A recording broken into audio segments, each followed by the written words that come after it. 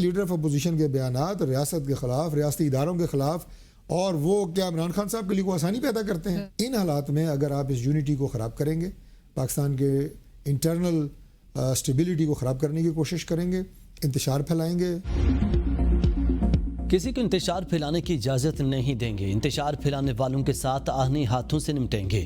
رہنما مسلم لیگ نون طارق فضل چودھری کی اے be N کے پروگرام سوال سے آگے میں گفتگو، کہا ماضی میں پرامن احتجاج کی آڑ میں جو کیا گیا وہ کسی سے ڈھکا چھپا نہیں۔ کیا وزیر اعلیٰ کے پی اپنے ساتھ جو لوگ لائے وہ پرامن تھے؟ عمر ایوب دوستی کی آڑ میں جو بانی سے کر رہے ہیں انہیں اس کا پتہ نہیں۔ بانی پی ٹی آئی کو اپنے لیے کسی دشمن کی ضرورت نہیں۔ اپوزیشن لیڈر ریاست اور ریاستی اداروں کے خلاف بیانات دیتے ہیں جس سے بانی پی ٹی آئی کی مشکلات بڑھ رہی ہیں۔ پاکستان کے آئین کے مطابق چیف الیکشن کمشنر کی پوزیشن واضح ہے۔ آئین کے مطابق کچھ عہدوں کے لیے ہمیں اپوزیشن کی ضرورت ہے۔ پاکستان امن چاہتا ہے، بین الاقوامی برادری کی کوشش ہے خطے میں امن رہے۔ بلاول بھٹو زرداری ہماری نمائندگی کر رہے ہیں۔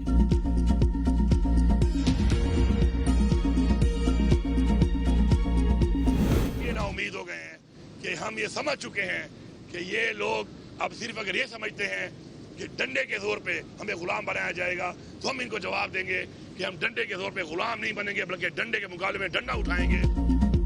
ملک پر قابض لوگ فیصلے کر رہے ہیں، پاکستان تباہ ہو رہا ہے۔ وزیر اعلیٰ کے پی علی گنڈاپور کی بانی پی ٹی آئی سے اڈیالہ جیل میں ملاقات کے بعد میڈیا سے گفتگو، کہا ہم ڈنڈے کے مقابلے میں غلام نہیں بنیں گے، ڈنڈے کے مقابلے میں ڈنڈا چلائیں گے، ہمیں زور بازو سے شکست دینا پڑی تو شکست دیں گے، ہم غلامی برداشت نہیں کریں گے۔ ہم نے عدالتوں، قانون، آئین اور نظام سے امید رکھی تھی، اب امید نہیں، ملک میں عدلیہ آزاد نہیں، ہمیں اس پر یقین نہیں، ہم سڑکوں پر تحریک چلائیں گے، تحریک کے لیے لائحہ عمل بنائیں گے۔ دونوں پارٹیاں باریاں لگا کر اقتدار میں آتی ہیں، آئین اور قانون کا کباڑہ کر دیا گیا۔ ہمارے ملک کے بجٹ کی شروعات قرضوں سے ہوتی ہے، بشرا بی بی کے ساتھ جیسا کیا گیا کسی کے اہلیہ کے ساتھ نہیں کیا گیا۔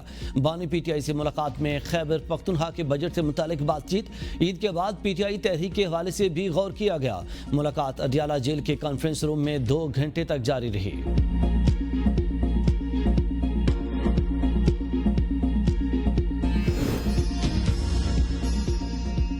روایتی جنگ کی طرح ابھی معاملے پر بھی بھارتی گورنمنٹ خاک میں ملائیں گے۔ پانی کے اپنے حق کو محفوظ بنانا ہم سب کے لیے اجتماعی چیلنج ہے۔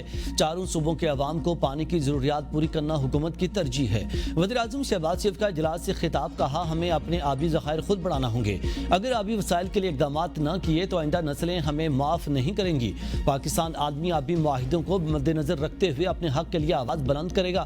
پاک بھارت کشیدگی میں امریکہ اور دیگر ملکوں نے واضح کیا، سینتاس معاہدے کی خلاف ورزی قبول نہیں۔ پانی بند کرنے کے بھارتی دھمکی امیز بیانیے کو پوری دنیا نے یکسر مسترد کر دیا۔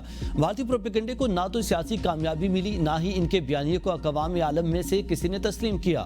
تاریخی فتح پر اللہ تعالیٰ کا جتنا شکریہ ادا کریں کم ہے۔ اب معاشی میدان میں وفاق اور صوبوں نے مل کر 24 کروڑ عوام کے لیے شاندار مستقبل طرز بنانے کو تیار ہے۔ کو ملت کے مفاد میں ہو تو ضرور بات کرنی چاہیے، رابطے سیاسی پارٹیوں میں رہنے چاہیے۔ سیاسی پارٹیوں میں رابطے رہنے چاہیے، ہم سیاسی لوگ، ہم نے کوئی دروازے بند نہیں کیے ہوئے۔ وزیر دفاع خواجہ آصف کی اے بی این نیوز سے گفتگو، کہا بانی پی ٹی آئی بھی اسٹیبلشمنٹ کے ساتھ سیٹ ہونا چاہتے ہیں، اگر وہ کوئی تعمیری بات کرنا چاہتے ہیں تو جو ملک کو ملت کے مفاد میں ہو تو ضرور کرنی چاہیے۔ میرا خیال ہے کہ وہ ذہنی طور پر ڈیل کے لیے تیار ہو گئے ہیں، اس لیے ان کو ڈیلوں کے خواب آ رہے ہیں۔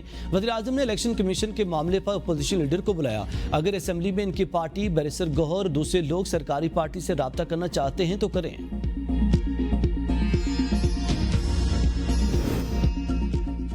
فارم 47 سے اقتدار میں آنے والوں کے ہاتھ میں کچھ نہیں، اگر شہباز شریف بااختیار نہیں تو اقتدار چھوڑ دیں۔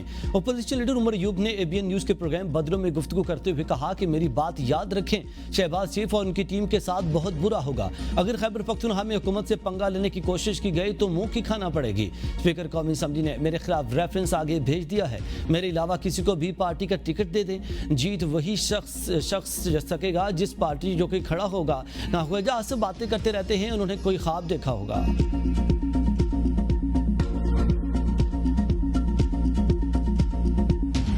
کو اسپیشل پروسیکیوٹر تعینات کرنے کا حکم۔